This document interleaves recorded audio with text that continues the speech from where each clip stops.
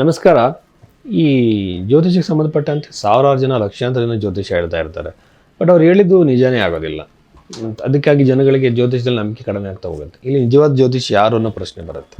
ಒಂದನೇದಾಗಿ ಬಂದು ನಿಜವಾದ ಜ್ಯೋತಿಷಿ ಅಂತಂದರೆ ನೀವು ಕೊಟ್ಟಂಥ ಬರ್ತ್ ಟೈಮ್ನ ಆತ ನಂಬಲ್ಲ. ಆ ಬರ್ತ್ ಟೈಮ್ ಸರಿ ಇದೆಯಾ ಇಲ್ವಾ ಅಂತ ಚೆಕ್ ಮಾಡ್ತಾನೆ. ಅದು ಹೇಗೆ ಅಂತಂದರೆ ಲಗ್ನದಿಂದನೇ ಜಾತಕವನ್ನು ನೋಡಬೇಕು, ರಾಶಿಯಿಂದ ಅಲ್ಲ. ರಾಶಿನ ಕನ್ಫರ್ಮೇಷನ್ಗೆ ಮಾತ್ರ ನೋಡಬೇಕಾಗತ್ತೆ. ಲಗ್ನವನ್ನು ಕಂಡುಹಿಡಿದು ಹೇಗೆ? ನಿಮ್ಮ ಜೀವನದಲ್ಲಿ ನಡೆಯುವಂಥ 2-3 ಘಟನೆಗಳನ್ನು ಆತ ಹೇಳಬೇಕು.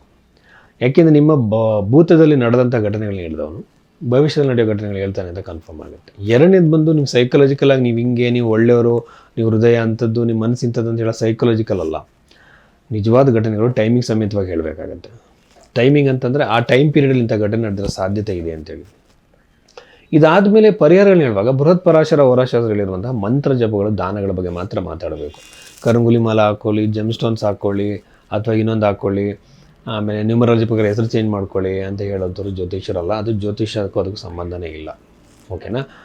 ಮತ್ತು ಪರಿಹಾರಗಳಲ್ಲಿ ಕಾಸ್ಟ್ಲಿ ಪರಿಹಾರಗಳಿಗೆ ಈ ಬಡವರಿಗೆ ಏನು ಮಾಡಬೇಕಾಗತ್ತೆ? ಅವರು ದೊಡ್ಡ ದೊಡ್ಡ ಕಾಸ್ಟ್ಲಿ ಪೂಜೆಗಳನ್ನು ಹೇಳಿದ್ರೆ ಮತ್ತು ಅವ್ರಿಗೆ ಪರಿಹಾರನೇ ಇಲ್ವಾ? ಋಷಿಗಳೆಲ್ಲ ಯಾವ ಕಾಸ್ಟ್ಲಿ ಪೂಜೆಗಳನ್ನ ಹೇಳಿಲ್ಲ. ಬೃಹತ್ ಪರಾಶರ ಹೋರಾಶಾಸ್ತ್ರದಲ್ಲಿ ಸಿಂಪಲ್ ರೆಮಿಡೀಸ್ನ ಹೇಳಿದ್ದಾರೆ. ಇದನ್ನು ಸಜೆಸ್ಟ್ ಮಾಡಬೇಕು. ಆಮೇಲೆ ಟೆಕ್ನಿಕಲಾಗಿ ಇನ್ನೂ ತುಂಬ ವಿಚಾರಗಳಲ್ಲಿ ಜ್ಯೋತಿಷನ ತಿಳ್ಕೊಬೋದು. ಬಟ್ ಮಾಮೂಲಿ ಜನಗಳು ಈ ವಿಚಾರದಿಂದ ಈಸಿಯಾಗಿ ಅವ್ರು ತಿಳ್ಕೊಬೋದು, ಅವ್ರ ಕ್ವಾಲಿಫಿಕೇಷನ್ ಏನು ಜ್ಯೋತಿಷರು ಅಂತೇಳಿ.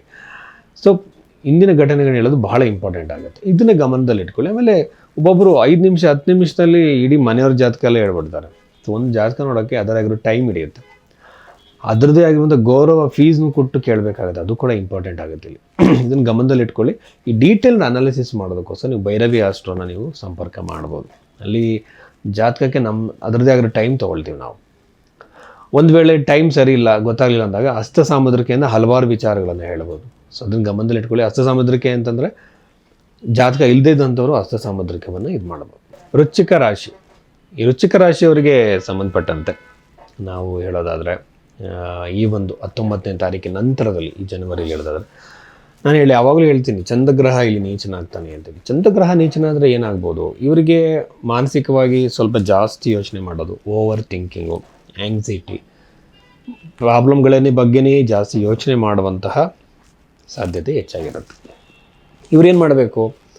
ನಾವೇನು ಮಾಡ್ತೀವಿ? ಕ್ರಿಕೆಟ್ ಆಡ್ತೀವಿ, ಸ್ಪೋರ್ಟ್ಸಿಗೆ ಹೋಗ್ತೀವಿ, ಜಿಮ್ ಮಾಡ್ತೀವಿ. ಬಟ್ ನಮ್ಮ ಮನಸ್ಸನ್ನು ಶಿಸ್ತಾಗಿ ಇಟ್ಕೊಳ್ಳೋದಕ್ಕೆ, ಮಾನಸಿಕ ಆರೋಗ್ಯವನ್ನು ಚೆನ್ನಾಗಿಟ್ಕೊಳ್ಳೋಕೆ ನಾವು ಯಾವ ಎಕ್ಸಸೈಸು ಮಾಡಲ್ಲ. ಮತ್ತು ಶಾಲೆಗಳಲ್ಲೂ ಇದ್ರ ಬಗ್ಗೆ ಏನು ಇದ್ದಿದ್ದಂಗೆ ನಂಗೆ ಕಾಣಲ್ಲ. ಈಗ ಪ್ರಾಣಾಯಾಮ ಇದೆ.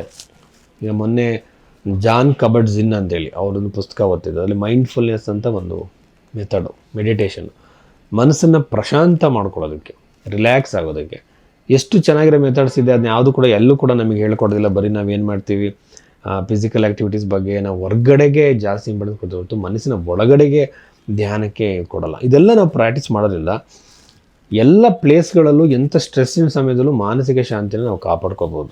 ನಾವೇನು ಮಾಡ್ತೀವಿ, ಬರೀ ಫಿಸಿಕಲ್ ಆ್ಯಕ್ಟಿವಿಟೀಸ್ಗೆ ಜಾಸ್ತಿ ಇದು ಕೊಡ್ತಿರ್ತೀವಿ. ಸೊ ಇದನ್ನು ಕಾಪಾಡಿಕೊಂಡ್ರೆ ಮಾನಸಿಕ ಆರೋಗ್ಯ ಕಾಪಾಡ್ಕೋಬೋದು. ಮತ್ತು 3ನೇ ಮನೆ ಇರುವಂಥ ಗ್ರಹಗಳು ಅನವಶ್ಯಕವಾಗಿರುವಂಥ ಜರ್ನಿಗಳನ್ನ, ಓಡಾಟಗಳನ್ನ ಕೊಟ್ಟರೂ ಸಹ ಓಡಾಟಗಳಿಂದ ನಿಮ್ಗೆ ಹಣ ಸಿಗುತ್ತೆ.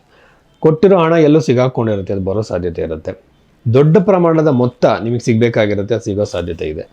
ಆಮೇಲೆ ಇಲ್ಲಿ ಇರುವಂಥ ಗ್ರಹಗಳನ್ನು ನಾನು ನೋಡ್ತಾ ಇದ್ದೆ. ವೃಶ್ಚಿಕ ರಾಶಿಯವರಿಗೆ ಸಂತಾನದಲ್ಲಿ ಲಾಭ ಇಲ್ಲ, ಮಕ್ಕಳಿಂದ ನೋವಾಗೋ ಸಾಧ್ಯತೆ ಇರುತ್ತೆ.